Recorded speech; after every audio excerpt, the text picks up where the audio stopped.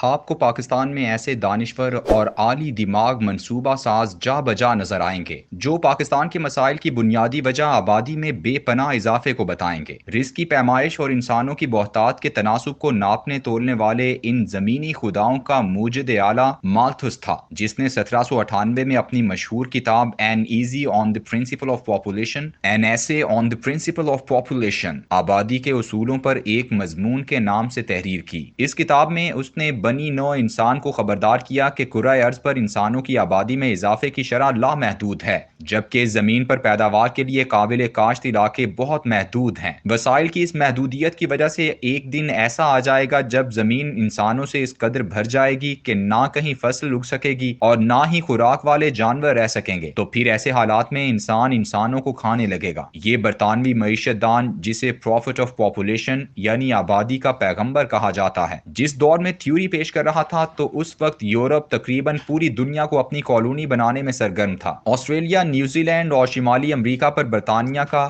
افریقہ پر France کا، جنوبی امریکہ پر Spain اور مشرق بعید پر ہالینڈ کا قبضہ تھا۔ دنیا کے یہ خطے چونکہ وسائل سے مالا مال تھے، اس لیے یورپ سے لوگ ہجرت کر کے ان علاقوں میں آباد ہونے لگے۔ 1846 سے 1890 تک یورپ سے نقل مکانی کرنے والوں کی تعداد سالانہ 30,70,000 تھی۔ اس کے بعد 1891 سے 1910 تک یہ تعداد 9,11,000 اور 1910 سے 1930 آنے تک یورپی نسلوں کی 5 کروڑ آبادی دنیا کے ان محکوم خطوں میں جا بسی تھی۔ یہ خطے ایسے تھے جو وسائل سے مالا مال تھے، جیسے ہندوستان جسے سونے کی چڑیا کہا جاتا تھا۔ امریکہ کے دونوں براعظموں میں مالتھس کے اصولوں پر کام کرنے کا ایک خوفناک سنہری طریقہ اختیار کیا گیا کہ وہاں پر موجود ریڈ انڈین آبادیوں کا مکمل قتل عام کر کے انہیں صفحہ ہستی سے ہی مٹا دیا گیا۔ کولمبس کا 1492 میں امریکہ دریافت کرنا دراصل ایک مسلسل نسل کشی کا نقطہ آغاز تھا۔ ایک محتاط اندازے کے مطابق شمالی اور جنوبی امریکہ کے براعظموں میں رہنے والے 2 کروڑ ریڈ انڈین قتل کیے گئے۔ جو بچ نکلے انہیں مہذب جمہوری حکومتوں نے چند مخصوص علاقے بنا کر اور انہیں ان میں رکھ کر ایک تماشا گاہ بنا دیا گیا، یا پھر وہ خوف کے مارے خود ہی ایمیزون جیسے جنگلوں میں جا کر آباد ہو گئے۔ اسی طرح آسٹریلیا میں آباد 2.5 لاکھ مقامی میں سے 2 لاکھ کے قریب قتل کر دیے گئے یا انہیں بھوک اور بیماری سے مار دیا گیا۔ اس قتل عام کے نتیجے میں امریکہ کے دونوں براعظم آسٹریلیا اور نیوزی لینڈ آج ایسے لگتے ہیں جیسے یہاں کبھی گوروں کے سوا کوئی اور آباد ہی نہیں تھا۔ معاملہ ایشیا اور افریقہ پر آ کر پھنس گیا، جس کی بڑھتی ہوئی آبادی دنیا میں ان آباد کار طاقتوں کے لیے دن بدن خطرہ بننے لگی۔ دوسری جانب یورپ میں خاندانی زندگی کے ٹوٹنے، جنسی تعیش پسندی اور انفرادی دوڑ نے مانے حمل طریقوں کا چلن عام کر دیا اور یورپ کی آبادی آہستہ آہستہ سکڑنے لگی۔ ایک جانب یورپ کی آبادی کم ہو رہی تھی اور دوسری طرف ایشیا اور افریقہ کی آبادی میں مسلسل اضافہ ہو رہا تھا۔ اسی خوف کی وجہ سے برطانیہ کے بادشاہ جارج ششم نے 1944 میں ایک تحقیقاتی کمیشن قائم کیا جس کا نام تھا رائل کمیشن آف پاپولیشن۔ اس کمیشن نے یہ رپورٹ مرتب کی کہ ہماری محکوم کالونیوں میں آبادی میں تیز رفتار اضافے کی وجہ سے ہمیں شدید معاشی خطرات لاحق ہیں اور ایک دن ایسا آ سکتا ہے کہ ہمارے لیے ان علاقوں کو اپنے زیر نگین رکھنا مشکل ہو جائے گا۔ اس رپورٹ کے منظر عام پر آنے کے ساتھ ہی دوسری جنگ عظیم کا بھی خاتمہ ہو گیا اور اب دنیا پر یورپ کی ان عالمی طاقتوں کا راج تقریباً ختم ہو گیا۔ ایک معاہدے کے تحت کالونیاں آزاد ہونے لگیں اور امریکہ نے دنیا کو اپنی معاشی قوت سے غلام بنانا شروع کر دیا۔ خود تباہ حال یورپ بھی اپنی تعمیر نو کے لیے مارشل پلان کے تحت امریکہ ہی کا دست نگر ہو گیا اور اسے اپنی حفاظت کے لیے نیٹو جیسے اتحاد میں شامل ہونا پڑا۔ امریکہ نے جیسے ہی دنیا پر بذریعہ عالمی مالیاتی فنڈ اور سودی مالیاتی نظام سے معاشی غلبہ اور کنٹرول حاصل کیا تو اسے فوراً وہی فکر لاحق ہوئی جو برطانیہ کے جارج ششم کو ہوئی تھی، یعنی امریکہ کو بھی ایشیا اور افریقہ کی بڑھتی ہوئی آبادی سے خوف آنے لگا۔ 1974 وہ سال ہے جب امریکہ نے عالمی سطح پر پیٹرول کی خریداری کو ڈالر کے ساتھ منسلک کروا کر اپنے کاغذی ڈالر کو دنیا کی واحد معاشی حقیقت بنا لیا تھا۔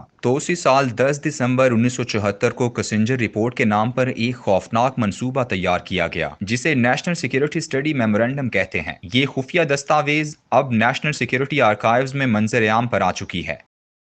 اس رپورٹ کا عنوان ہے implications of worldwide population growth for US security and overseas interest.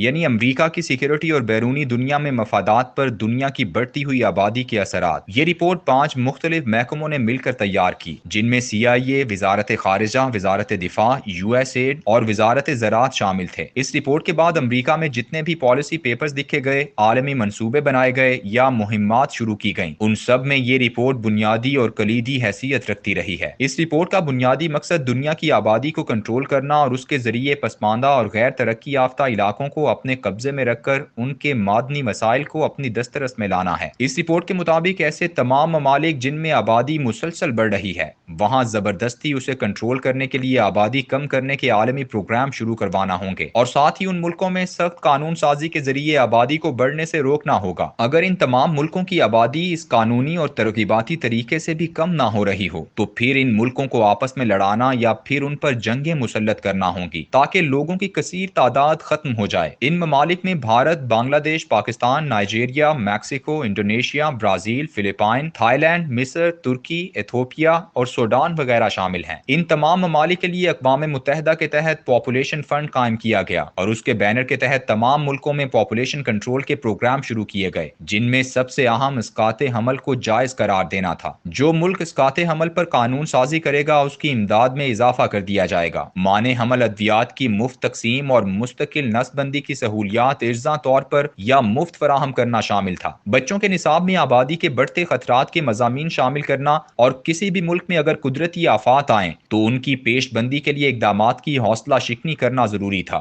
سب سے اہم یہ تجویز تھی کہ ہم جنس پرستی کو فروغ دینے کے لیے ٹرانسجینڈر کے حقوق کو انسانی حقوق میں سب سے زیادہ اہمیت دی جائے تاکہ مرد اور عورت کے جنسی تعلقات اور شادی کو عام کیا جا سکے۔